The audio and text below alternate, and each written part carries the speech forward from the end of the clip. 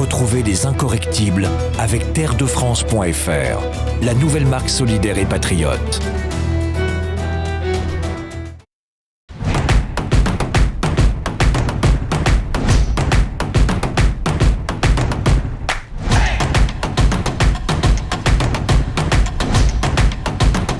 Bonsoir à tous, bienvenue dans ce nouveau numéro des Incorrectibles. Comme toujours, je suis ravi de vous retrouver. Merci d'être toujours plus fidèles chaque semaine à ce rendez-vous en vous abonnant à notre chaîne et en nous mettant des pouces levés. C'est très important.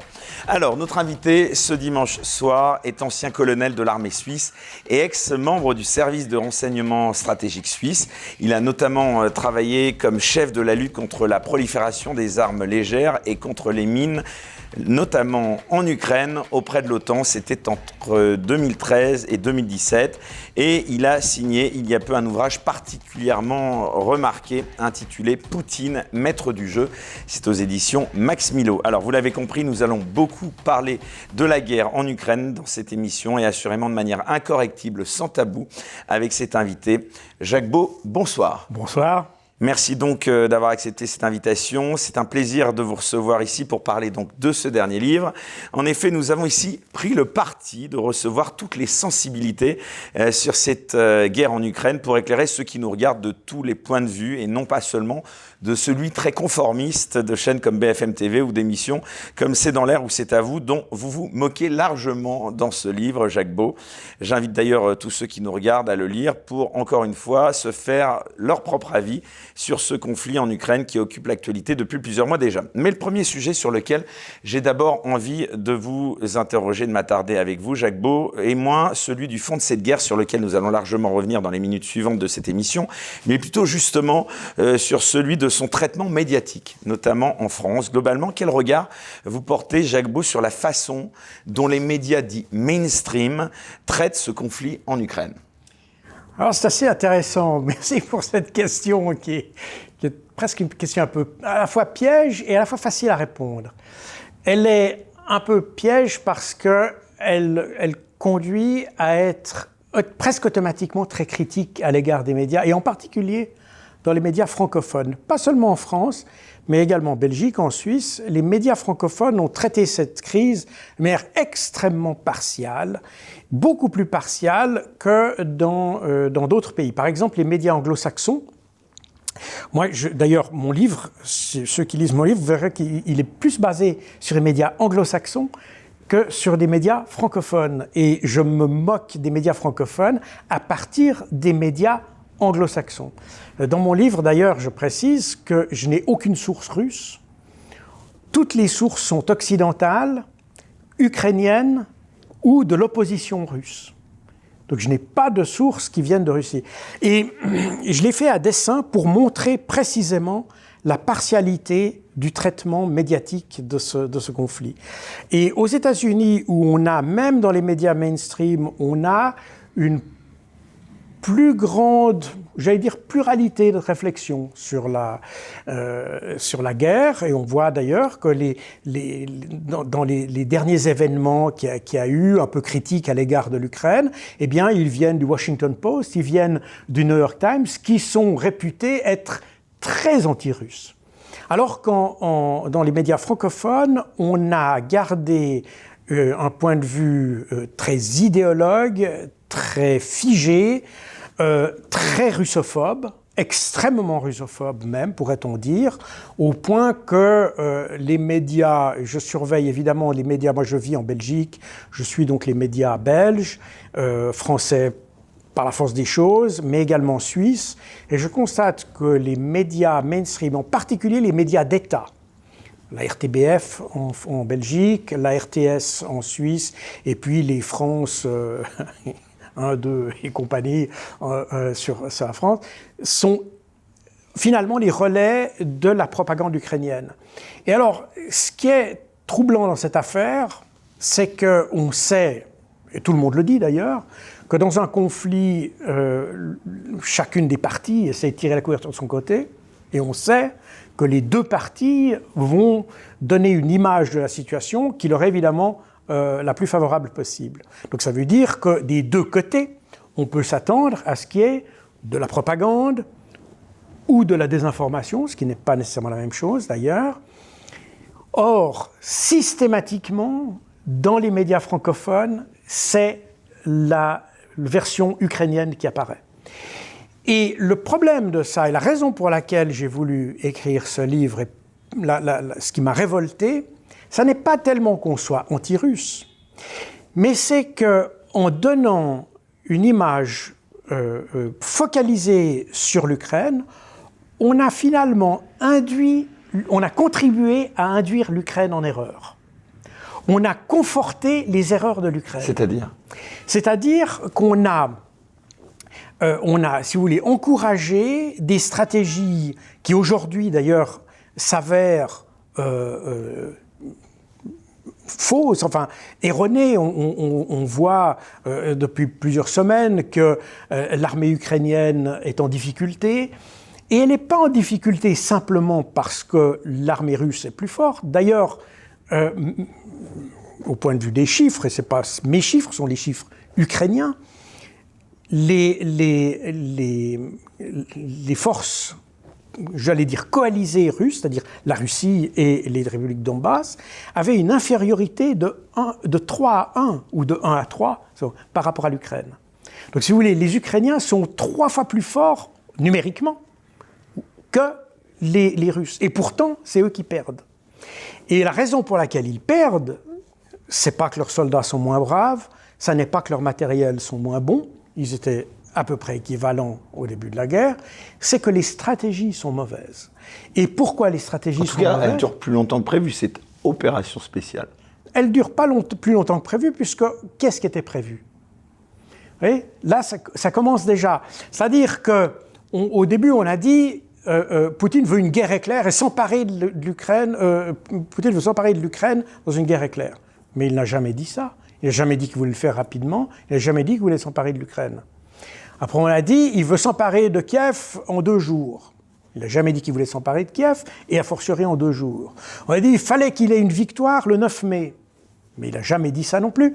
Donc, si vous voulez, on a créé nous-mêmes un narratif avec des objectifs que nous avons déterminés pour pouvoir ensuite dire Poutine n'a pas atteint ses objectifs, il n'a pas conquis l'Ukraine, il n'a pas compris Kiev, il n'a pas pris Kiev en 2 jours, il n'a pas conquis le 9 mai, etc. Mais en réalité, les Russes n'ont jamais dit ça.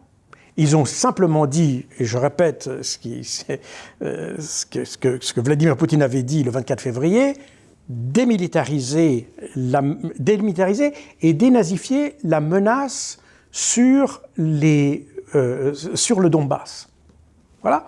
Le 25 mars, ou fin mars, peut-être le 25, maintenant je peux me tromper dans les dates, mais il me semble que c'est le 25 mars, avec la prise de Mariupol, à l'exception du petit groupe d'Azovstal qui était résiduel et qui se rendra mi-mai, mais avec l'encerclement de Mariupol, les Russes disent voilà, l'objectif de dénazification est atteint.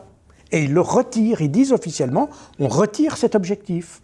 Mais nous avons dit dénazifier l'Ukraine, c'est-à-dire dénazifier, ça voulait dire tuer Zelensky, ça voulait dire tuer, etc., etc. Les Russes n'ont jamais dit ça. Et à telle enseigne qu'un des 2 objectifs a été atteint. Démilitariser, ça veut dire neutraliser la force militaire qui pesait sur le Donbass, et c'est ce que les Russes font depuis la fin mars. Ils grignotent petit à petit les forces militaires qui sont dans la région du Donbass. Et ça va prendre le temps que ça va prendre. Il n'y a jamais eu de... Combien de temps ça va prendre d'après vous ? Oh, ça peut prendre du temps, mais le phénomène s'accélère et précisément... Ce conflit peut durer combien de temps d'après vous ? Oh, il peut durer... je ne sais pas, je n'ai pas de boule de cristal, mais ce qu'il y a de sûr, c'est que le rythme du conflit s'accélère, et grâce à nous, en fait, parce qu'on a toujours fait croire... Vous voulez dire grâce aux Occidentaux ? Les Occidentaux. Parce que, pour plusieurs raisons. La première, c'est que pour une raison qui m'est inconnue, on a décidé que Poutine, ou les Russes, voulaient s'emparer de territoire, l'Ukraine, territoire. Mais c'est jamais ce qu'il a dit. Il a dit démilitariser, c'est-à-dire enlever une menace militaire, c'est-à-dire éliminer des troupes. Or, qu'est-ce que nous faisons, nous, Occidentaux ? avec notre narratif, on dit qu'il faut l'empêcher de prendre du territoire. Donc, il faut au contraire faire avancer des troupes et lui lancer des troupes contre les Russes. Et c'est ce qu'on fait, on les arme pour ça. Et maintenant, ce qui se passe, c'est que les Russes, en réalité, n'ont et de nouveau, mais vous continuez à penser, vous, personnellement, qu'il ne veut pas conquérir du territoire. Au départ, il voulait supprimer la menace sur le Donbass. Ce qui s'est passé, c'est qu'au fur et à mesure que les négociations qui avaient été... Ça n'était pas un prétexte, pardon de vous interrompre? Vous ne pensez pas que c'était un prétexte pour justement s'annexer du territoire? Non. Je ne le pense pas. Je pense que c'est venu au fur et à mesure. Si les négociations qui avaient été entamées le 25 février, c'est-à-dire le lendemain de l'offensive, si ces négociations avaient été entamées là, probablement, il y aurait certainement eu quelques territoires pris, ça c'est possible, je ne sais pas ce qu'il en serait advenu, mais à ce moment-là, on aurait eu une négociation non pas sur la base de territoires conquis, mais probablement sur la reconnaissance des républiques du Donbass, ou la reconnaissance de l'acquis, si vous voulez. Le problème, c'est qu'en refusant de négocier, les Russes sont avancés. Ils sont dans une perspective clausewitzienne. La guerre est la continuation de la politique par d'autres moyens. Et tant qu'on n'a pas la solution politique, eh bien, c'est la guerre qui suit. Et c'est pour ça que, petit à petit, et on voit que les objectifs, d'ailleurs, dans le narratif russe, les objectifs évoluent avec la situation. Au début, ils ne parlaient pas de conquérir tout le sud du pays. Et ils voulaient simplement, comme j'ai dit, neutraliser la force militaire. Et au fur et à mesure que ça avançait, ils ont commencé à dire, vous ne voulez pas négocier, donc on prendra ce territoire, et puis la négociation partira à partir de là où on est arrivé. Et maintenant, on arrive gentiment à une situation où tout le sud de l'Ukraine arrive gentiment dans l'escarcelle russe, et là, évidemment, ils ne vont pas reculer là-dessus. Ils vont garder ce qu'ils ont acquis. Si on avait négocié plus tôt, ça se serait arrêté plus tôt. Mais je ne pense pas que leur objectif au départ était de conquérir tout. Ils prennent au fur et à mesure, et ça sert leurs intérêts, sans aucun doute. Mais c'est pour ça que nous servons aussi leurs intérêts. En refusant de négocier, on pousse chaque fois le but plus loin. Alors Jacques Beau, si vous le voulez bien, restons un instant, on va continuer bien sûr à parler du fond et des origines de cette guerre, mais j'aimerais qu'on reste sur ce terrain de l'information, parce qu'on parle également, bien sûr, de guerre de l'information. On parle souvent de désinformation de la part des Russes, mais est-ce que, donc, à vous lire et à vous entendre, est-ce qu'on n'assiste pas également à une forme de désinformation de la part des médias occidentaux, d'après vous? Alors, de nouveau, les médias occidentaux se font les relais de la propagande ukrainienne. Alors, il faut aussi s'entendre sur les termes. En d'autres mots, je vous demande, qu'est-ce que vous pensez des commentateurs que l'on croit sur les différents plateaux télé, qui se disent spécialistes de la Russie, singulièrement, de Vladimir Poutine? Des plateaux télé, on vous voit relativement peu, pour ne pas dire pas du tout. Et heureusement d'ailleurs, parce que finalement, on s'aperçoit que les différents plateaux, on voit France 5, on voit C'est à vous l'avez mentionné tout à l'heure, ou C'est dans l'air. BFM TV. Voilà. On a des experts qui ne sont pas des experts, qui se prétendent experts, qui ne connaissent rien à la stratégie russe, qui ne connaissent rien à la manière de penser des Russes, qui ne connaissent rien à la manière de penser des Ukrainiens, et qui créent finalement qui se créent une histoire par rapport à leurs préjugés, à ce qu'ils ont entendu lors de la guerre froide. Beaucoup de textes, d'ailleurs je ne suis pas le seul à le dire, et ça c'est aussi beaucoup de commentateurs, surtout américains, qui l'ont constaté. En fait, on a simplement remplacé le terme URSS par Russie. Voilà, c'est tout simple. Et en réalité, la guerre, d'abord l'État, la Russie n'est pas l'URSS, l'armée russe n'est pas l'armée rouge, même s'il y a beaucoup d'éléments doctrinaux qui sont restés, mais là encore on les connaît mal. On a une image un peu simplifiée de la doctrine, de la manière dont les Russes font la guerre. En réalité, on s'aperçoit que, et d'ailleurs c'est la raison pour laquelle aujourd'hui on est surpris de les voir avoir du succès, avec finalement relativement moins de pertes que ce qu'on imaginait. On pensait qu'ils n'avaient pas de moyens, que leurs soldats étaient épuisés, qu'ils n'avaient plus de matériel, que leur logistique était à bout, qu'ils avaient tiré tous leurs missiles au bout d'une semaine. Puis en réalité, on s'aperçoit qu'ils continuent à tirer des missiles, qu'ils ont une logistique qui suit parfaitement. On voit qu'ils ont une rotation normale de leurs troupes et que finalement le moral des militaires russes est bien supérieur à celle du moral des Ukrainiens. Et on a même, alors bon là il faut y mettre peut-être quand même des bémols parce que les interviews d'Ukrainiens peuvent avoir été faits comme ci ou comme ça, donc je ne veux pas prendre ça comme étant la parole de l'Évangile, mais néanmoins on voit que certains prisonniers ukrainiens disent on est mieux traités que nous, comme nous traitons les prisonniers russes. Donc tout ça indique quand même qu'il y a une réalité qui est très différente de celle qu'on voit dans nos médias. Et alors ce qui est intéressant, de nouveau je reviens un peu là-dessus, c'est que... Mais comment vous expliquez ça, ce traitement de la part des médias occidentaux? Écoutez, alors la question se ramène à une autre question que j'ai posée à la fin de mon livre, c'est pourquoi est-ce que ce conflit est plus blâmable que les autres conflits qu'on a vus avant? On n'a jamais vu, alors il y a eu des pays comme les États-Unis qui ont menti devant le Conseil de sécurité à propos de l'Irak, à propos de l'Afghanistan, et on a pratiquement tous les pays occidentaux ont mené des guerres de conquête, des guerres d'invasion, ils ont massacré des civils, ils ont pratiqué la torture, tout ça a été fait par les Occidentaux et pourtant on n'a jamais eu de sanctions, jamais eu de condamnations, il n'y a jamais eu de sanctions financières, on n'a jamais créé des coalitions pour imposer des sanctions au niveau international, etc.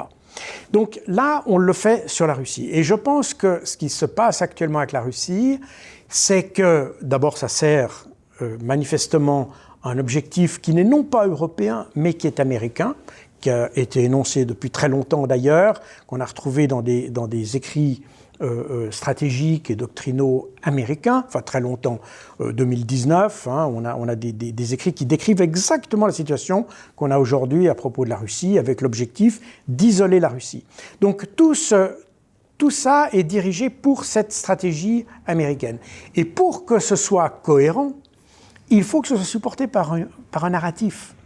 Et c'est pour ça que nos médias se sont fait un peu les serviteurs de la stratégie américaine. Et ce qui est intéressant, c'est que les médias européens, et alors c'est évidemment très très fort quand vous allez dans les pays de l'Est, les pays baltes, la Pologne, la Slovaquie par exemple, c'est évidemment très virulemment anti-russe. La partie francophone de l'Europe a également ce côté qui est même un peu surprenant parce que ça ne correspond pas à notre tradition, mais bref, très anti-russe. Dans les pays anglo-saxons, on a déjà une approche beaucoup plus nuancée. Déjà avant la guerre, les Allemands avaient un regard beaucoup plus nuancé sur ce qui s'est passé en décembre 2021, par exemple. Les Allemands avaient un regard beaucoup plus nuancé sur la situation, beaucoup plus modéré que les Français. Je pense qu'en France, il y a, chez les pays francophones, mais c'est quand même un peu la France qui donne le là, il faut le dire, il y a quand même un côté très absolutiste, quelque part. Hein, je sais pas, il y a un côté, on essaye d'avoir des sortes de formater un peu les esprits, beaucoup plus que dans les pays anglo-saxons. Il y a déjà ça. Et puis, il fallait supporter ce narratif qui est un peu contre nature contre la Russie. Et je pense que la virulence du discours reflète l'aspect un peu contre nature du discours contre nature qu'on a eu contre la Russie. Parce que finalement, comme je l'ai dit, si j'étais ukrainien, j'aurais certainement pris les armes contre la Russie. Ça ne fait aucun doute. Si mon pays est attaqué, je prends les armes. Comme vous l'avez dit, je suis colonel, je suis colonel d'unité d'élite, et pour moi, ça ne fait aucun doute. En revanche, quand on est en dehors du conflit, quand on a le privilège d'être en dehors, c'est-à-dire d'avoir le privilège de pouvoir prendre du recul par rapport au conflit, c'est pas notre rôle de venir mettre de l'huile sur le feu. Un journaliste allemand qui me posait la même question, je lui disais, c'est un peu comme si vous êtes sur le trottoir et vous voyez une vieille dame se faire agresser par un voyou. Est-ce que vous vous asseyez à côté et vous dites à la vieille dame, vas-y, bats-toi, ou bien vous essayez de les séparer? Il est normal que la vieille dame essaye de se débattre, mais pour quelqu'un qui est en dehors, le premier rôle, c'est de séparer les deux. C'est pas d'encourager la vieille dame à se battre. Et c'est un peu la problématique que je vois ici en Europe vis-à-vis de l'Ukraine. Peu importe qui est le méchant et le gentil, à partir du moment où on est en dehors du conflit, il faut profiter de cette position stratégique privilégiée pour essayer de réparer, séparer, et essayer de faire évoluer les choses dans le bon sens, plutôt que d'encourager l'un à aller au massacre. Et c'est finalement, on le voit maintenant ces jours, l'Ukraine, et de l'avis, d'ailleurs c'est pas moi qui le dis, ce sont les Ukrainiens eux-mêmes, ils disent ils perdent 1000 hommes par jour. Donc ça fait grosso modo 200 et 500 tués par jour. Et puis les 500 autres, c'est des prisonniers, des blessés et des déserteurs, qui perdent tous les 3 jours l'équivalent d'une brigade. C'est absolument énorme.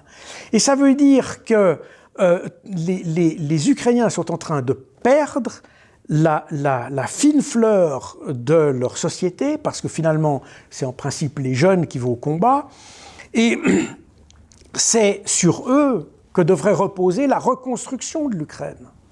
Or, nous, au lieu de les séparer et de profiter pour négocier, ce qui me frappe, c'est que, par exemple, l'Union européenne n'a fait strictement aucun effort pour aller négocier. On ne parle pas avec Poutine, on ne parle pas avec un dictateur. Bon, on ne parle pas, mais alors l'alternative, c'est naturellement de les pousser à la guerre. Et donc, on leur donne des armes.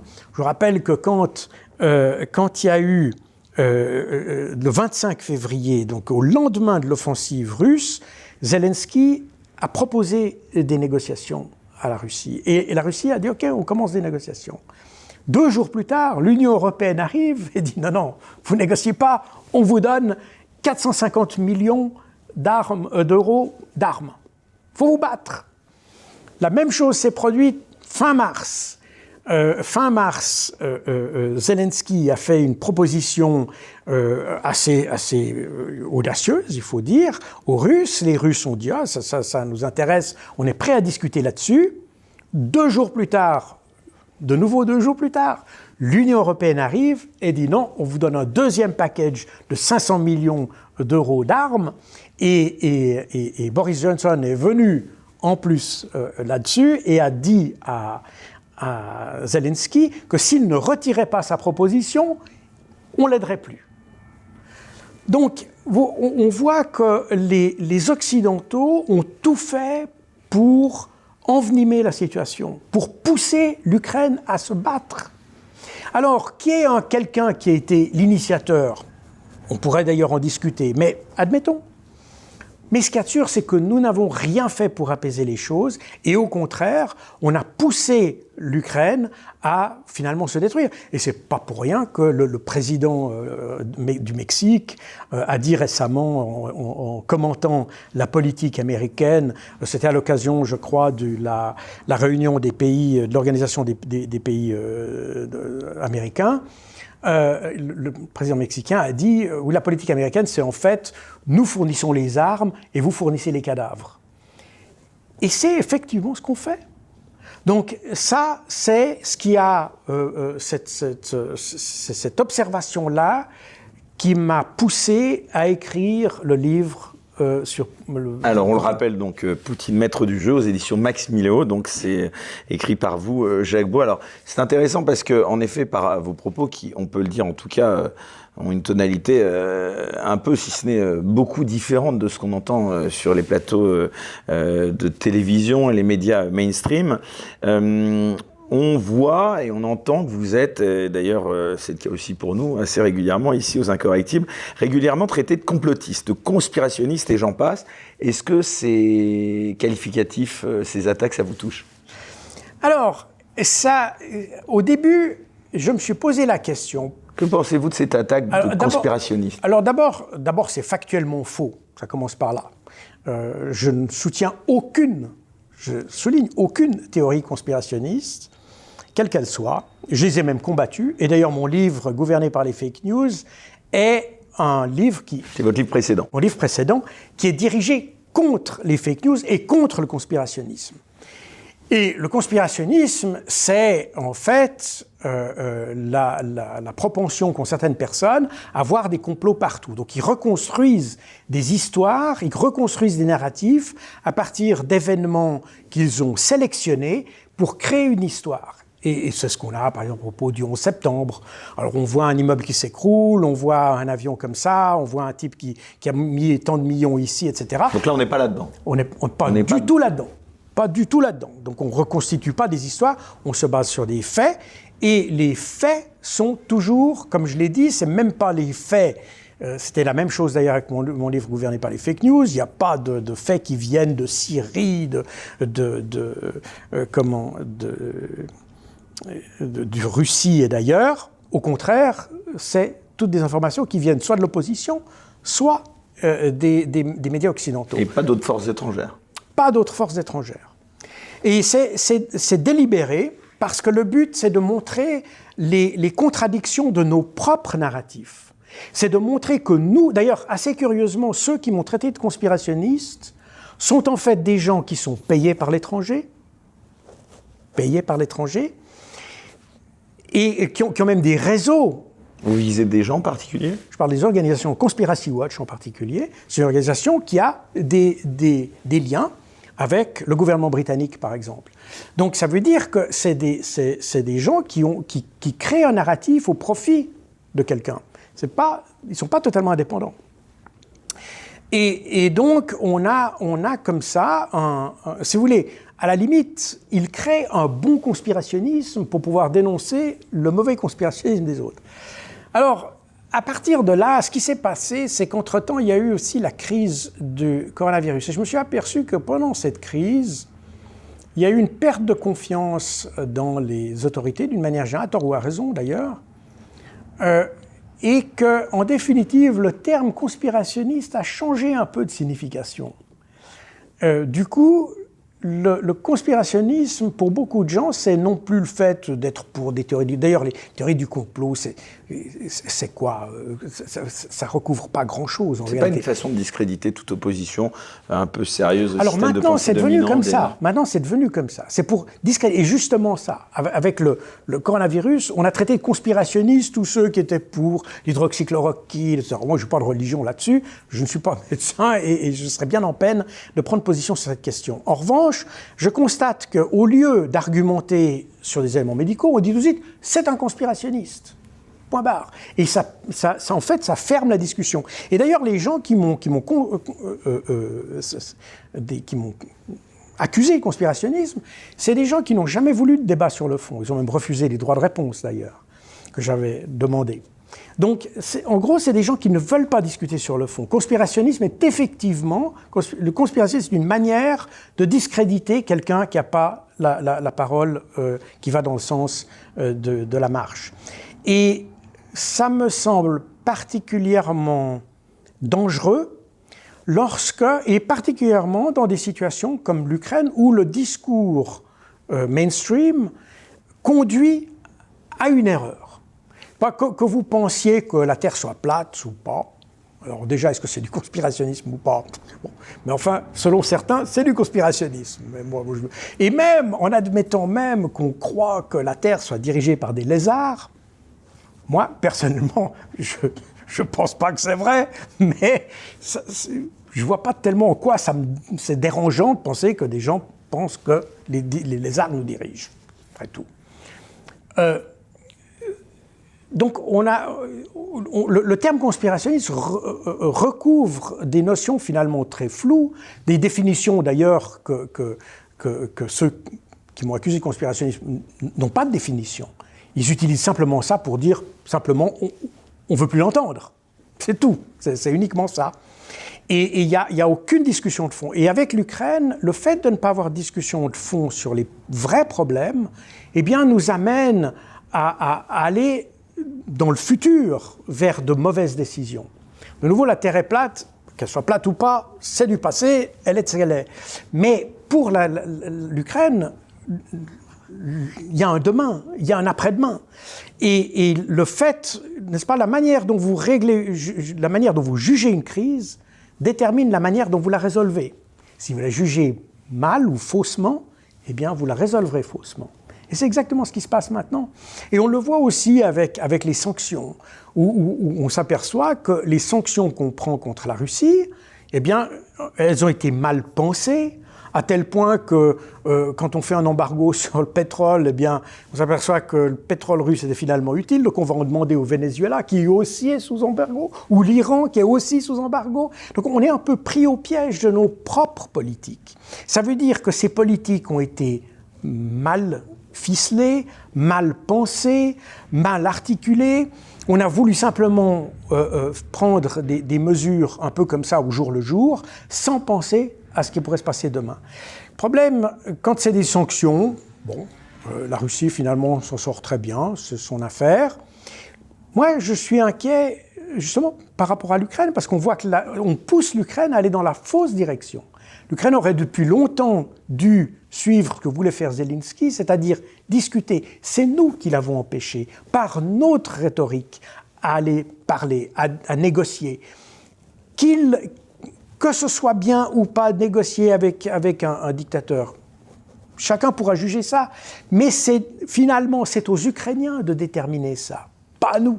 Alors justement, c'est intéressant le sous-entendu que vous disiez en parlant de dictateur, enfin ce mot qu'on entend revenir beaucoup. On entend beaucoup sur BFM TV et sur les autres médias mainstream que Vladimir Poutine donc serait devenu fou, avec toute une dramatisation sur la santé mentale du président de la Fédération de Russie. Qu'est-ce que vous pensez de cette approche psychologisante, voire psychiatrisante de ce conflit, Jacques Beau ? C'est dans la même veine que de traiter les gens conspirationnistes. Vous savez, c'est des choses qui sont basées sur du vent. On vous fait des espèces de diagnostics. C'est plutôt l'une des caractéristiques des régimes totalitaires, de psychiatriser comme ça les adversaires politiques. Vous savez que si on va par là, on pourrait se poser une question intéressante. Vous voyez, qui a besoin le plus de mentir ? Est-ce que c'est le dictateur qui a finalement une position assurée les 20 prochaines années, ou c'est le gars qui doit se battre pour être réélu tous les 4 ans. Et finalement, on pourrait se dire, celui qui doit se battre pour être réélu, pour convaincre un nouvel... Tous les 4 ans, c'est le président américain. Vous pensez au président français ? Je pensais à n'importe qui. J'ai fait exprès de parler tous les 4 ans pour pas... qu'on puisse penser que vous parliez. Pour Macron. Mais ce que je veux dire par là, c'est que c'est la même mécanique. Vous comprenez ? Quand vous devez convaincre une audience, que vous devez convaincre des électeurs... Plutôt que d'entendre une opinion, on dit il est fou pour le discréditer immédiatement. Alors... dans une démocratie, finalement, on est habitué à se faire mentir, en réalité, comme électeur. La comparaison entre Vladimir Poutine et Adolf Hitler, par exemple, c'est complètement hors sujet, selon vous ? On essaye de... comment dire ? C'est littéralement de la manipulation, parce qu'on essaye d'associer une image à une autre. On fait des diagnostics qui... De nouveau, pour moi, l'essence de l'état de droit, l'essence de la démocratie, et d'ailleurs, comme l'avaient défini les Lumières, c'est la décision rationnelle, basée sur la raison, et non pas sur l'émotion et sur l'irrationalité. Vous pensez qu'il agit encore de manière rationnelle, justement? C'est intéressant, Vladimir Poutine. Je pense que Poutine est de loin Alors, on peut peut-être le déplorer, mais je pense qu'il est le dirigeant qui actuellement agit de la manière la plus rationnelle parmi tous les dirigeants. Qu'il agisse d'une manière qui nous plaise ou pas, ça c'est un autre problème. Mais dans la manière dont il prend des décisions, je pense que c'est parfaitement rationnel. L'irrationalité qu'on lui attribue, on la lui attribue simplement parce qu'on imagine les objectifs qu'il n'a pas formulés. Je reviens, par exemple, on dit ce serait irrationnel de vouloir attaquer, de s'emparer de l'Ukraine en 2 jours. Alors on lui prête cet objectif, mais en réalité il ne l'a jamais dit. Et les objectifs qui ont été énoncés par Vladimir Poutine, en fait, sont des objectifs qui sont très rationnels est réalisable, puisqu'il en a au moins déjà réalisé un et on passe de réaliser l'autre.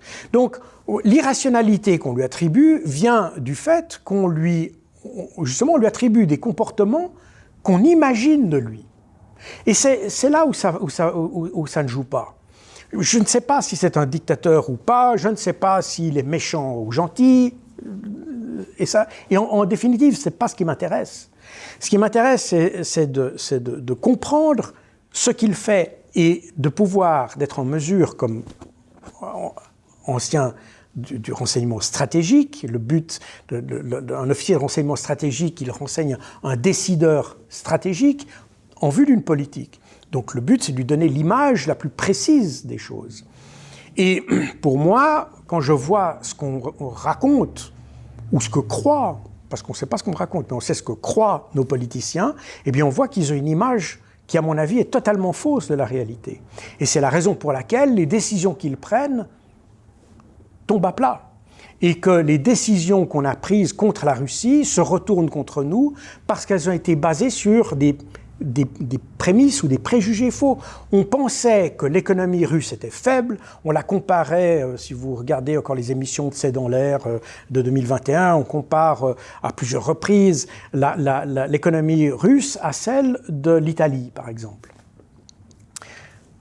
Or, on constate, et on a l'air de découvrir, mais on le savait déjà avant en réalité, mais on a l'air de découvrir aujourd'hui que peut-être bien qu'au niveau du volume global, ça représente à peu près ce que en fait, peut-être plutôt l'Allemagne que l'Italie, mais bref, on peut discuter sur les détails.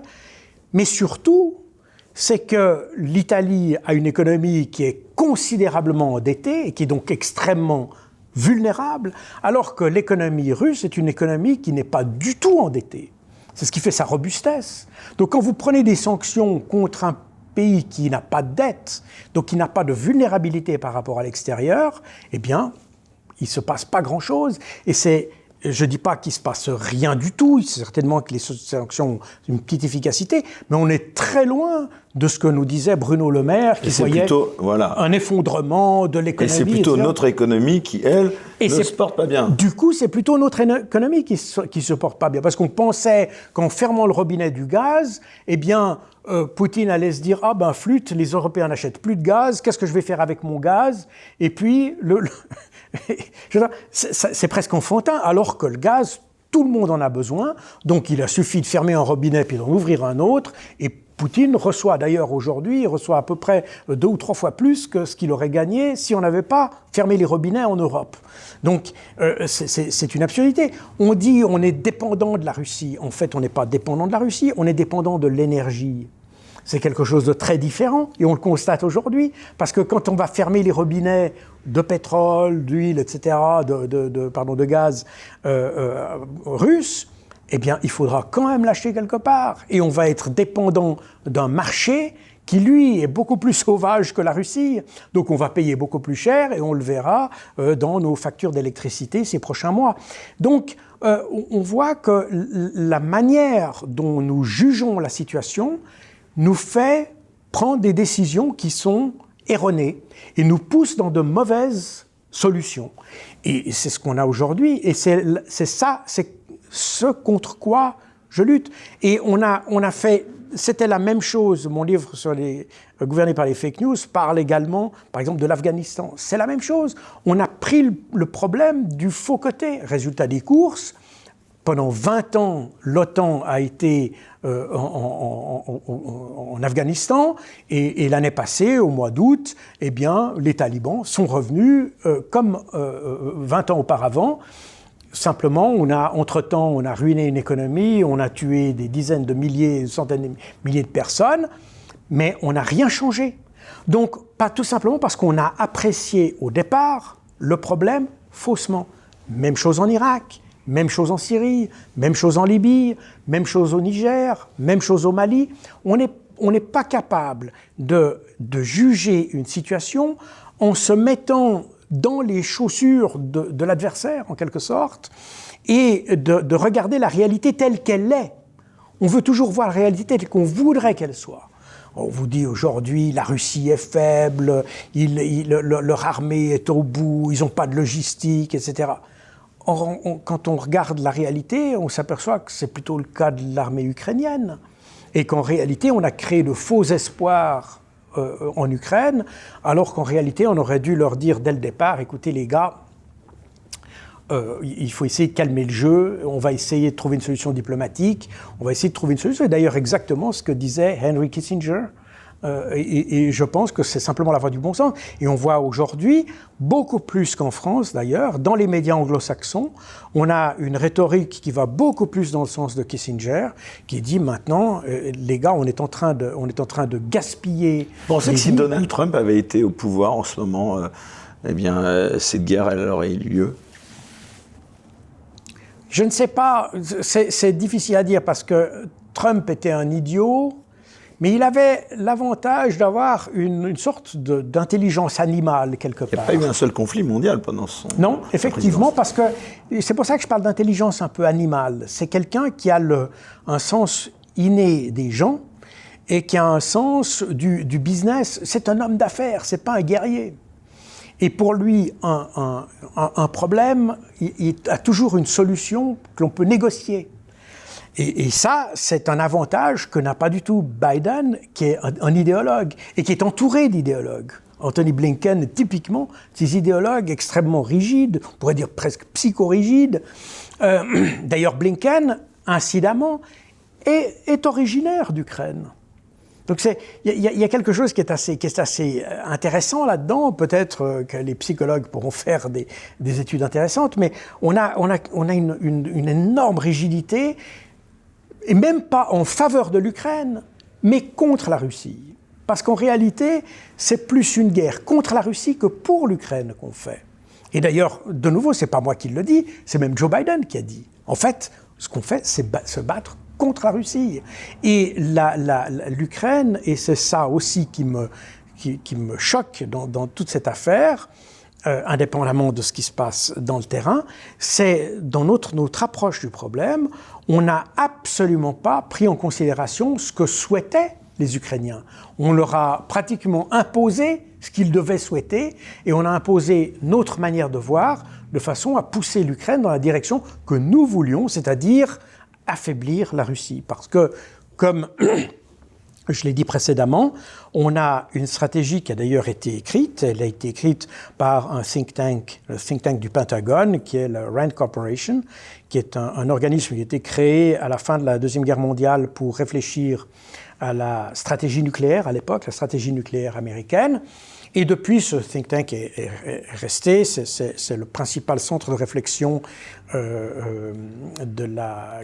externalisé du Pentagone. Et ils produisent des analyses, des conseils, des stratégies pour le Pentagone. Et en 2019, ils ont établi 2 documents pour une stratégie qui consiste à déstabiliser et isoler la Russie. Et ce qu'on voit aujourd'hui, eh bien, c'est les têtes de chapitre de ces stratégies. Donc, je n'invente strictement rien, c'est écrit, et vous pouvez télécharger le document, ces 2 documents. Un, c'est Extending Russia, et l'autre, c'est Overextending and Unbalancing Russia. Ces 2 documents se trouvent sur Internet, vous pouvez les lire, et vous verrez effectivement que tout ce qui se déroule aujourd'hui a été écrit en 2019. Alors justement, venons-en à présent aux origines de ce conflit. Justement, la transition est facile. Qui est, selon vous, le véritable responsable de ce conflit? Quelle en est la cause profonde? Est-ce que c'est l'extension de l'OTAN au port de la Russie, comme on l'a souvent laissé entendre? Non. Non. Alors, l'extension de l'OTAN, avec le déploiement d'armes de l'OTAN en Europe, est en quelque sorte la toile de fond de cette histoire. Ça a toujours été un sujet de contentieux avec la Russie depuis le début des années 2000, en particulier depuis le moment où les Américains se sont retirés du traité des missiles antibalistiques en 2002. Et à partir de ce moment-là, on a une inquiétude marquée de la Russie pour l'extension de l'OTAN. Avant, cette extension avait commencé, mais ils ne s'en étaient pas trop inquiétés parce qu'il y avait des règles qui faisaient qu'ils se disaient si tout le monde respecte les règles, il n'y a pas de problème. Mais quand les Américains ont commencé à se retirer de certains traités, là, les Russes ont commencé à prendre peur parce qu'ils se sont dit, voilà, maintenant, non seulement l'OTAN s'étend, mais en même temps, ils se retirent d'un certain nombre de traités, ce qui fait que notre sécurité n'est plus garantie. Mais ça, c'est un problème que les Russes voyaient traiter sur le plan politique. Et c'est ce qu'ils ont commencé à faire et ce qui était en route avec des succès très, très, très mitigés, pour ne pas dire presque nuls, mais c'est un peu ce qu'espéraient les Russes. Ce qu'on voit aujourd'hui en Ukraine découle de ce qui s'est passé en 2014. Et en 2014, après l'affaire de l'Euromaïdan, avec l'arrivée au pouvoir d'ultranationalistes, d'extrémistes de droite, qui ont aboli la loi sur les langues officielles en Ukraine, eh bien, la partie russophone de l'Ukraine, et quand je dis la partie russophone, ce n'est pas simplement le Donbass, c'est tout le sud du pays, a commencé à se révolter.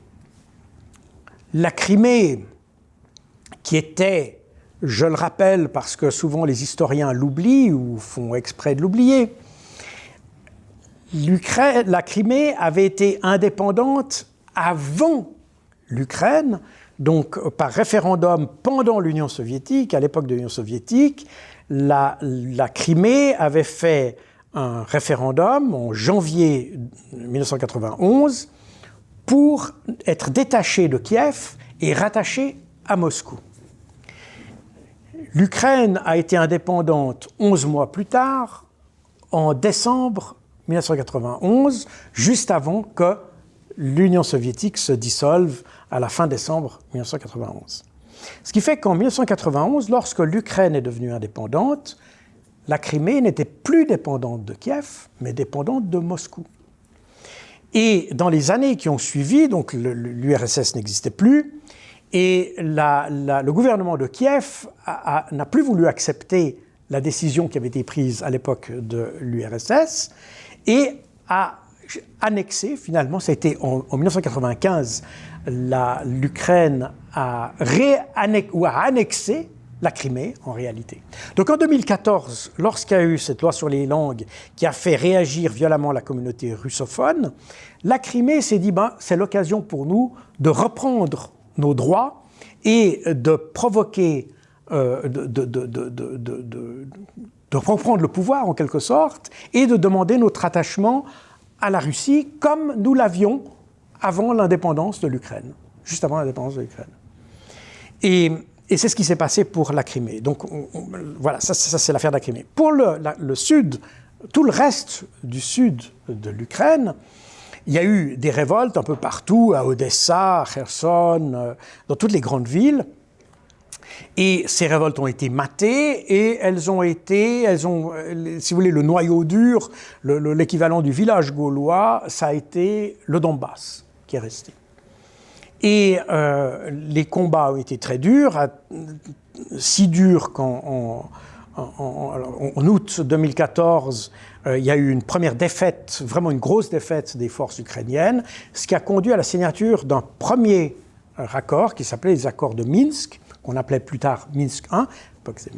Et juste après cet accord, qui a été signé donc en septembre 2014, les Ukrainiens ont décidé que finalement, ils n'allaient pas respecter cet accord. Donc ils n'ont jamais respecté cet accord, ils sont lancés de nouveau dans une guerre contre le Donbass, et ils ont perdu de nouveau une grande bataille, la bataille de Debaltsevo, en février 2015, qui a conduit, cette fois-ci, les Ukrainiens ont été poussés à faire un deuxième ensemble d'accords, les accords de Minsk, qu'on appelait Minsk II. Voilà.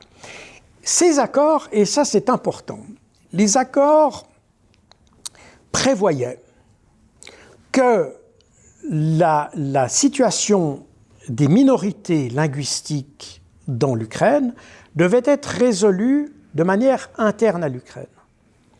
Ça concernait d'ailleurs pas seulement les minorités russophones, mais d'autres minorités, parce qu'il y a des minorités magyars, de langue hongroise, et roumanophones, donc qui parlent le roumain, par exemple.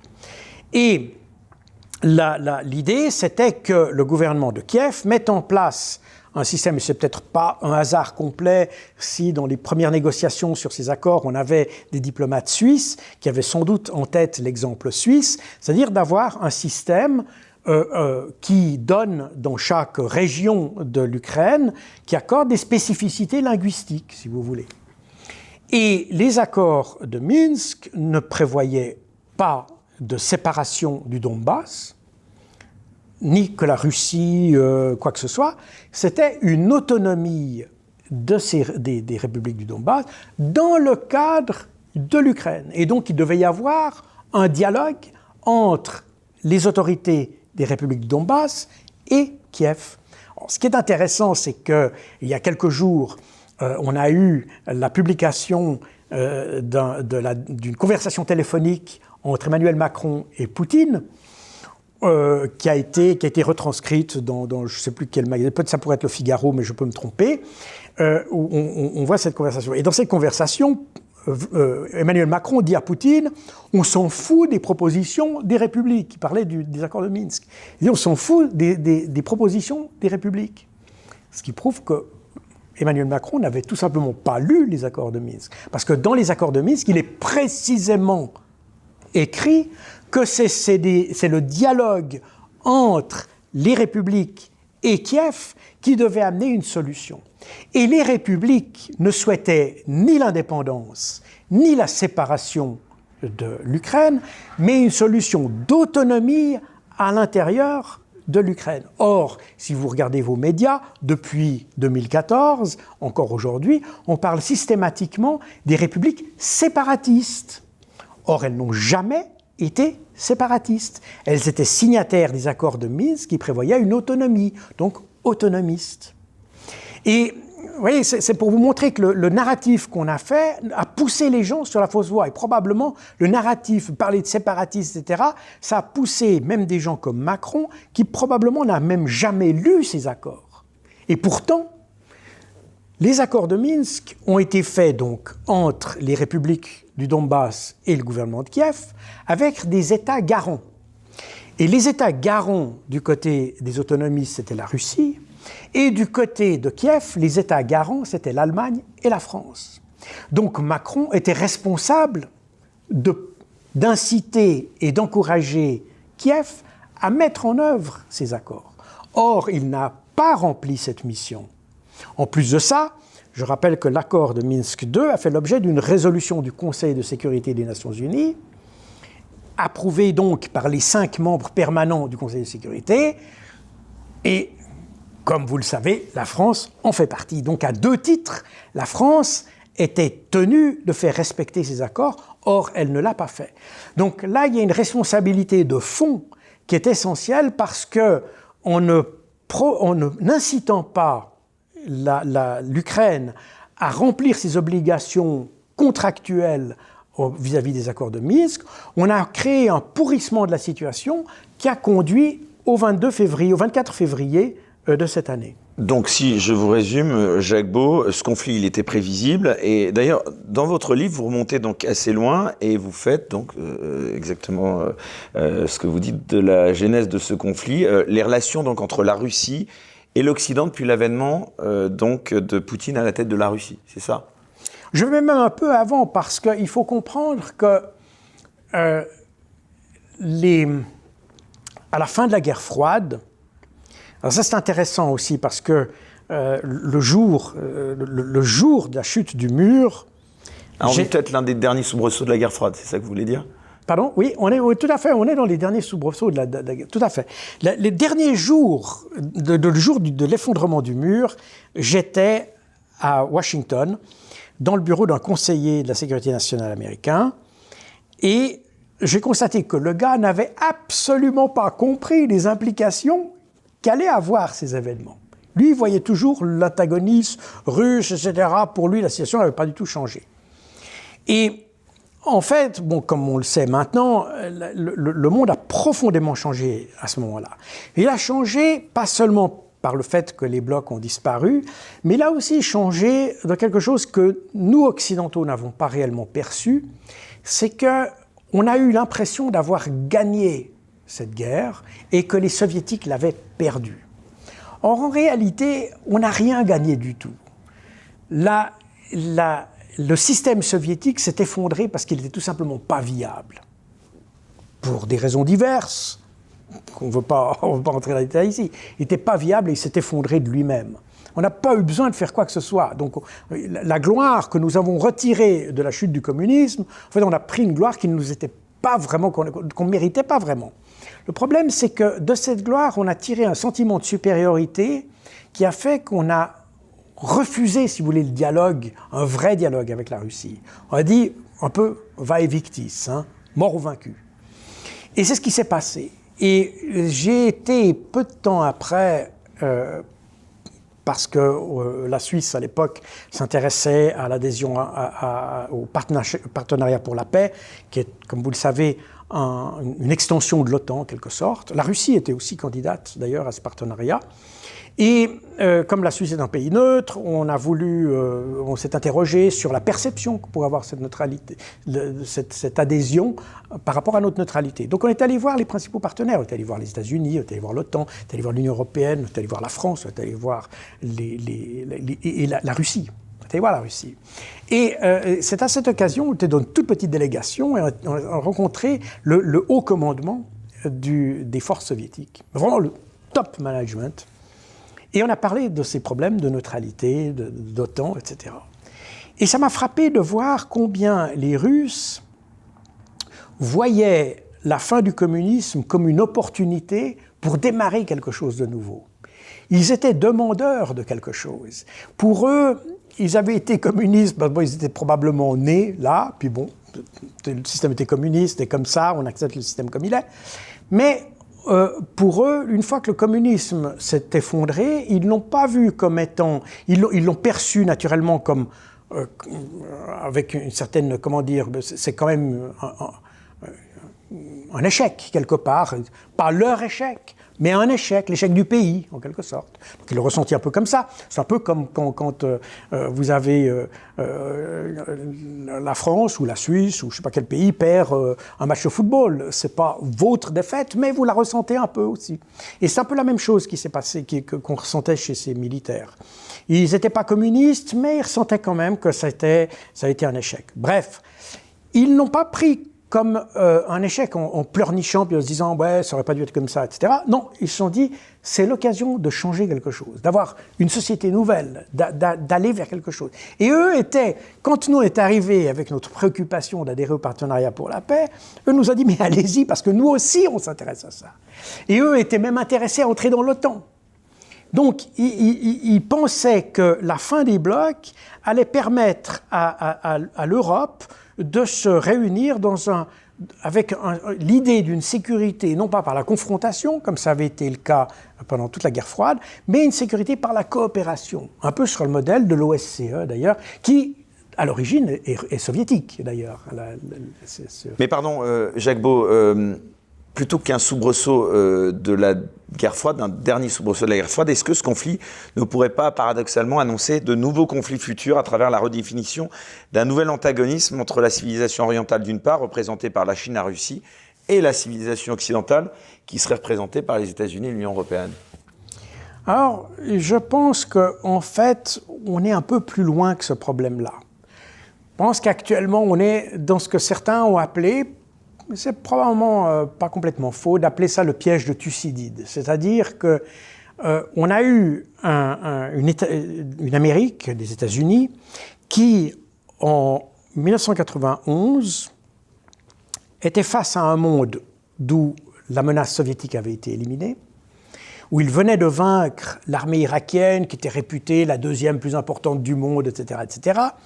Donc il y a eu tout d'un coup aux États-Unis le sentiment d'une sorte de toute-puissance et un sentiment finalement, il y avait la puissance économique, il y avait la puissance politique, il y avait la puissance militaire, il y avait pratiquement tous les ingrédients pour faire une vraie superpuissance qui pouvait du coup imposer sa volonté au reste du monde. Alors, et c'est le moment où on a la libéralisation de l'économie, les accords de l'OMC, etc. Et on a donc une économie, la globalisation de l'économie, etc., dont les États-Unis sont faits, plus que les avocats, mais les moteurs, littéralement. Et à l'époque, certainement que les Américains ont joué ce rôle de moteur, un moteur sans doute utile, pour dynamiser le monde qui sortait de la guerre froide. Le problème est que, pour employer une formule un peu triviale, j'ai l'impression qu'ils ont un peu pris la grosse tête, du coup. Et que la puissance qu'ils avaient leur a laissé penser qu'ils pouvaient se permettre un peu tout et n'importe quoi. Et c'est ce qui s'est passé avec l'invasion de l'Irak, avec les différentes invasions qui se sont multipliées, et les entreprises guerrières qui se sont multipliées entre le milieu des années 90 et le milieu des années 2000. Et là, les Américains sont presque à l'apogée de leur puissance politico-militaire ou stratégico-militaire, si vous voulez. Et puis, ces 15 dernières années, on a une montée lente de la Chine en tant que puissance économique, qui s'assortit automatiquement d'une forme d'influence, même si je pense que les Chinois ne cherchent pas à avoir une position hégémonique quelque part. Ce sont des commerciaux, sont des vendeurs, c'est comme ça qu'ils ont historiquement été dans tout le bassin pacifique. C'est des négociants, c'est des commerçants, c'est des gens qui sont industrieux, c'est des gens qui travaillent énormément. Et c'est comme ça qu'ils sont arrivés à une position dominante dans de nombreux domaines. Mais ces dernières années, ce qui se passe, c'est qu'ils ont dépassé le stade de la puissance manufacturière pour devenir une puissance qui crée, qui génère des idées, qui fait de la recherche, qui développe, etc. Et aujourd'hui, vous avez la Chine qui est le plus grand producteur de brevets dans le monde. Donc on a, alors que c'était les États-Unis avant, donc on a vraiment une capacité de recherche, une capacité intellectuelle, une capacité de travail, une capacité dans tous les domaines qui font que, presque mathématiquement, parce que la Chine est un pays qui est quand même, au point de vue nombre d'hommes, qui est plus important que tous les pays occidentaux réunis, donc c'est quand même, c'est pas rien. Et mathématiquement, on peut se dire que si leur output est proportionnel à leur dimension simplement humaine, nécessairement ils vont devenir plus importants que nous. Seulement, au lieu de l'accepter, les Américains ont essayé de contenir ça. Et on a, depuis quelques années, ça a commencé avec George Bush.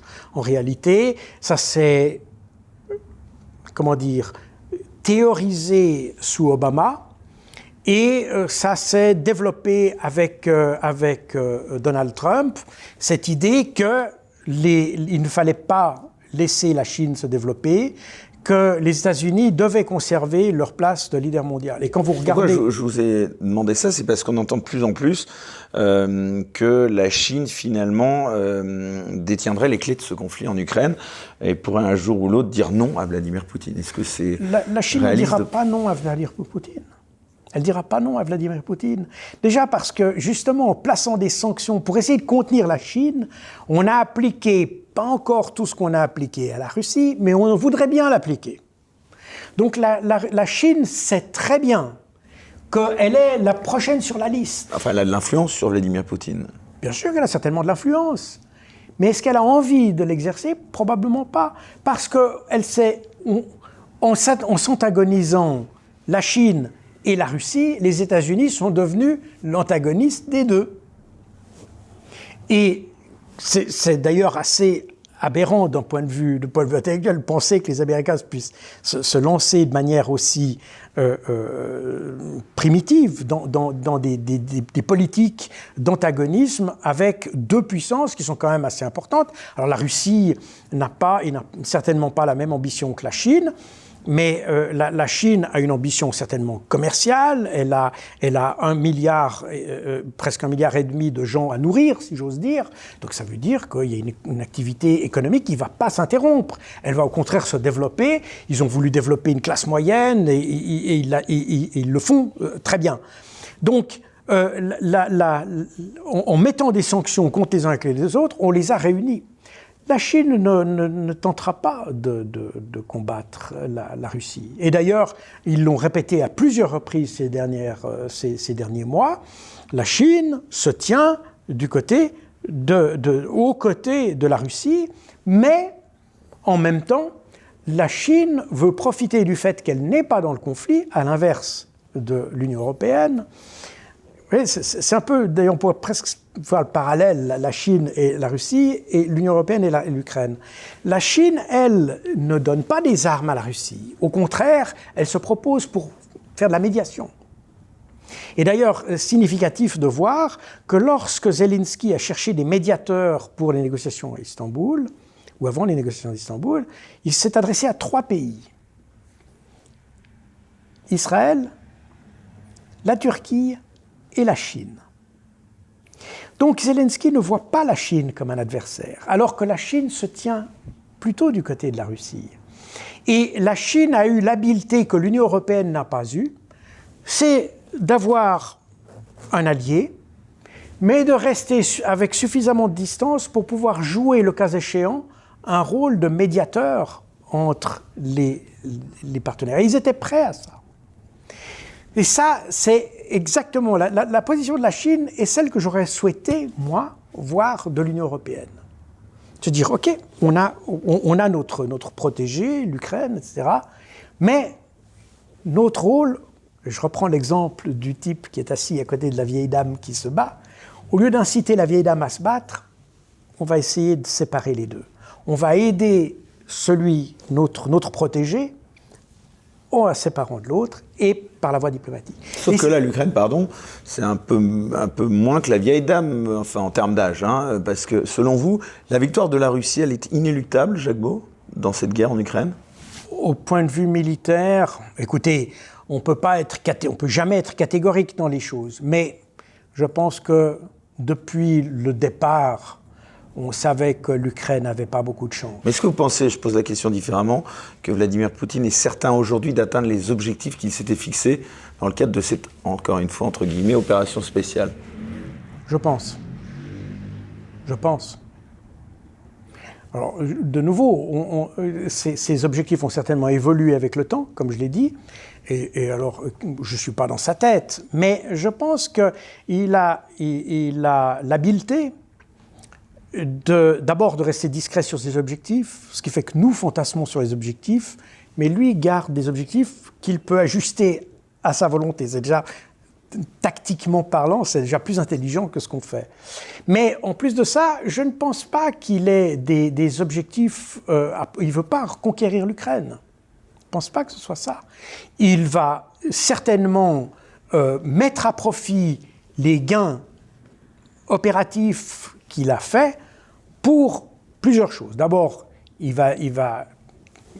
maintenant, de nouveau, je ne sais pas ce qui va se faire parce que je n'ai pas la boule de cristal, mais je peux m'imaginer qu'on assiste dans les mois, années qui viennent à des référendums dans le sud de l'Ukraine pour savoir est-ce que vous voulez rester dans l'Ukraine, est-ce que vous voulez constituer des États indépendants, est-ce que vous voulez, etc. Je peux m'imaginer qu'il y ait ça. Je ne le sais pas. Mais on pourrait imaginer ça, et je peux m'imaginer que c'est quelque chose qui n'est pas complètement, pas complètement exotique ou pas complètement exclu dans la tête des dirigeants russes. Je ne le sais pas. Mais surtout, lorsqu'il va y avoir des négociations, alors que ça n'était pas son objectif au départ, il va certainement dire, voilà, moi j'ai gagné ça, si vous voulez gagner quelque chose, vous devez me donner quelque chose d'autre. ça va être la neutralité de l'Ukraine, ça va être... Je sais pas, il va y avoir certainement d'autres choses. Donc il va certainement mettre à profit, et ça c'est une constante de la stratégie russe au plan théorique, c'est-à-dire la conversion des objectifs opératifs en objectifs stratégiques. Et ça, c'est quelque chose qu'on pourrait très bien voir s'il y a des négociations, dire « Ok, je suis d'accord de négocier, mais vous devez en échange me garantir ceci, ça, ça. » Et quant au territoire, eh bien, les territoires feront des référendums, etc., etc. Jacques Beau, l'OTAN s'est réunie il y a peu et a décidé de renforcer sa présence militaire et son armement à l'est de l'Europe. Première question, est-ce que vous pensez que c'est un mauvais signal envoyé à Vladimir Poutine, selon vous? Deuxième question, est-ce que vous craignez une escalade de ce conflit? Est-ce que vous pensez qu'on peut être au bord d'un potentiel conflit nucléaire? Il faut se souvenir que Vladimir Poutine, il y a encore peu, avait mis en avant le fait qu'il pourrait utiliser cette arme nucléaire. C'était du bluff, selon vous, ou pas? Alors, je prends votre dernière question d'abord, la question des armes nucléaires. Non, ça n'est pas du bluff, mais Vladimir Poutine a toujours parlé des armes nucléaires après que des dirigeants occidentaux aient évoqué la question. Toujours, jamais en premier. Et il y a une chose que nos médias n'ont jamais dit, c'est que en avril de cette année, le président américain Biden a révoqué la politique américaine de non-premier usage de l'arme nucléaire. C'est-à-dire que, alors qu'auparavant les Américains s'engageaient à ne jamais utiliser l'arme en premier, eh bien depuis le mois d'avril, les Américains s'engagent à pouvoir utiliser l'arme en premier. Et c'est là que Poutine a dit « Attention !» Parce que nous aussi, on a des armes nucléaires. Donc, c'est pas, si une menace nucléaire vient, elle sera certainement pas, une menace tout court d'ailleurs, sur l'Occident, elle viendra pas de la Russie, elle viendra de l'Occident. Jacques Beau, on va arriver bientôt au terme de cette émission, donc je rappelle pour les personnes qui nous regardent donc ce livre que je recommande vraiment vivement, donc Poutine, maître du jeu aux éditions Max Milo. Donc avant de terminer, donc on parlait de ce risque potentiel d'escalade. J'aimerais vous demander, est-ce que néanmoins vous pensez que le rôle de l'Union européenne dans cette crise est majeur? Est-ce que le fait par exemple, que l'Union européenne ait notamment accepté la candidature de l'Ukraine, alors même que celle-ci ne remplissait aucun des critères imposés aux autres candidats à la candidature par le passé, est une erreur? Écoutez, j'ai été un peu amusé par cet épisode, pour rien vous cacher. Et quand j'ai vu le communiqué triomphal de l'Union européenne annonçant la candidature de l'Ukraine à l'Union européenne, j'ai eu le même sentiment que dans le dîner de cons, lorsque Jacques Villeray s'exclame « On a les droits ». On a les droits du film. C'est-à-dire, ce n'était pas du tout l'objet de ce qu'on cherchait à faire. On n'a aucun intérêt, ils n'avaient aucun intérêt à avoir les droits dans le film du dîner de cons, on n'avait aucun intérêt à avoir l'Ukraine dans l'Union européenne. On l'a fait simplement pour dire qu'on l'avait fait. Et on sait, tous les commentateurs savent que l'Ukraine ne remplit pas les critères pour entrer dans l'Union européenne, qu'elle n'a pas les conditions économiques pour le faire, que son entrée va coûter une somme considérable à l'Union européenne, et que l'économie, et particulièrement à l'issue de ce conflit, bon gré, mal gré, l'économie de l'Ukraine va être réduite à sa plus simple expression et que par conséquent, l'adhésion de l'Ukraine à l'Union européenne est quelque chose qui est dans un futur très lointain. Donc on est dans la déclaration politique plus que dans la déclaration, si vous voulez, dans un fait réel et concret. Et là, on est aussi un peu en droit de se poser sur des questions, poser sa question sur la maturité en fait des décideurs européens. Car depuis le début du conflit, l'Ukraine a joué un rôle majeur pour fournir des armes à l'Ukraine, pour l'inciter à lutter contre la Russie, mais n'a jamais entrepris d'initiatives diplomatiques pour résoudre la chose. Or que la force de l'Union européenne, c'est pas, à mon avis, ça n'est pas dans le milliard d'armes qu'elle a distribué ou qu'elle voulait distribuer, c'est dans sa capacité diplomatique. C'est le succès de l'Union européenne, c'est d'avoir rassemblé des gens en Europe, c'est pas d'avoir distribué des armes. Son domaine, son cœur de compétence, c'est de mettre des gens ensemble, pas de les diviser. Or, en Ukraine, ce cœur de compétence n'a été absolument pas mis en activité. On a distribué des armes, on a incité à lutter davantage, on a incité au contraire à ne pas négocier avec un dictateur. Donc, je pense que dans cette affaire, peut-être bien que l'Union européenne s'est sentie raffermie, peut-être bien que... Mais c'est, à mon avis, de la surface. Et dans la profondeur, je ne pense pas que l'Union européenne ait gagné. Elle n'a pas gagné en profondeur, elle n'a pas gagné en substance. Et je ne pense pas que son rôle ait été à la hauteur des ambitions qu'on pouvait attendre d'elle. Et... D'ailleurs, on voit même qu'au sein de l'Europe, il y a on voit que les intérêts sont très divergents. L'embargo du pétrole, évidemment les questions économiques.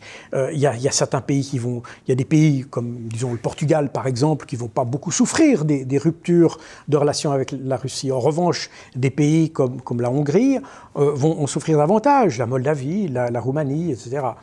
Et la capacité de l'Union européenne à se tirer des balles dans le pied est assez remarquable dans ce domaine-là. Et ça me fait un petit peu peur, personnellement.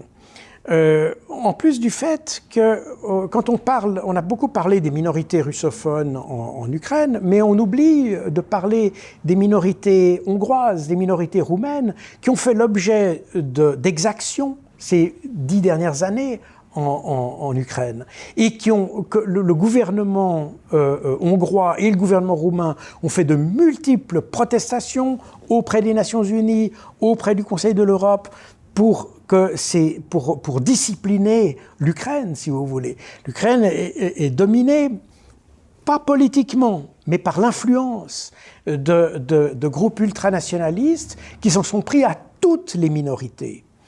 Et c'est pas pour rien si aujourd'hui, d'ailleurs, la Roumanie et la Hongrie ont refusé de faire transiter des armes par leur territoire. C'est parce que tout simplement leurs minorités ont été profondément affectées par la gouvernance ukrainienne ces dernières années, et ils restent solidaires de l'Union européenne, mais ils ne veulent pas aider l'Ukraine. Et c'est pour ça aussi que vous avez, de la part surtout de la Hongrie, un discours beaucoup plus indépendant au sein de l'Union européenne. Alors ça trait aussi à la personnalité de M. Orban, et puis c'est politique, c'est possible aussi. Mais en définitive, il n'est pas beaucoup plus conservateur que ses homologues polonais. Donc le problème n'est pas là. Le problème est un peu différent. Il y a un problème de minorité. Tous ces pays qui ont des minorités dans des pays voisins se sentent aussi solidaires de ces gens. C'est d'ailleurs exactement le problème de la Russie vis-à-vis des minorités qui sont en Ukraine.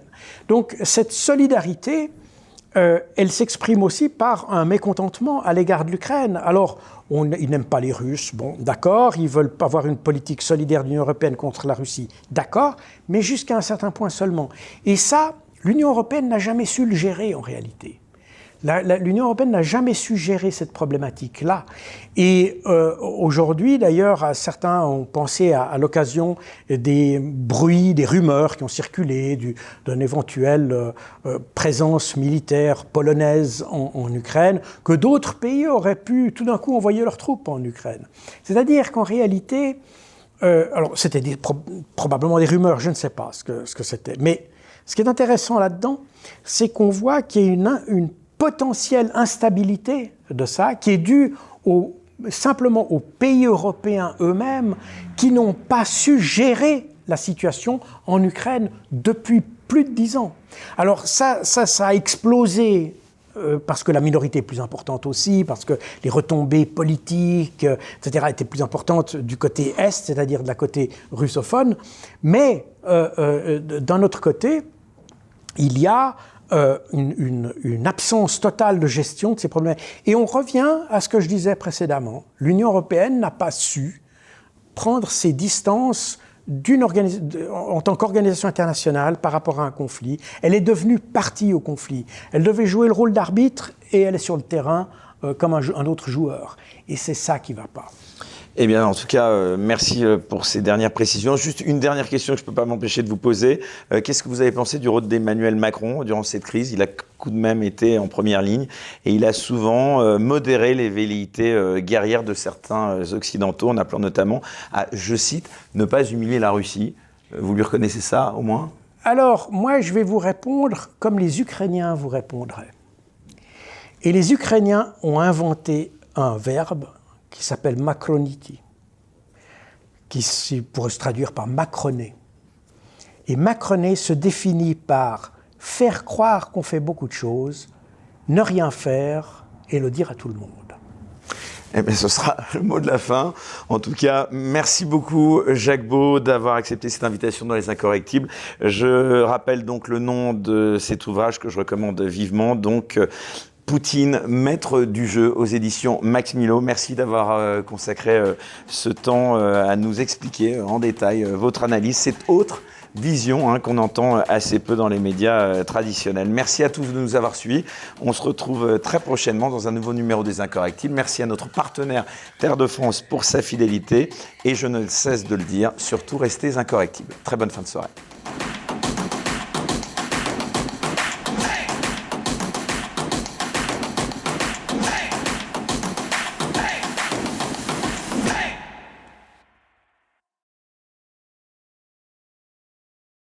Retrouvez Les Incorrectibles avec terredefrance.fr, la nouvelle marque solidaire et patriote.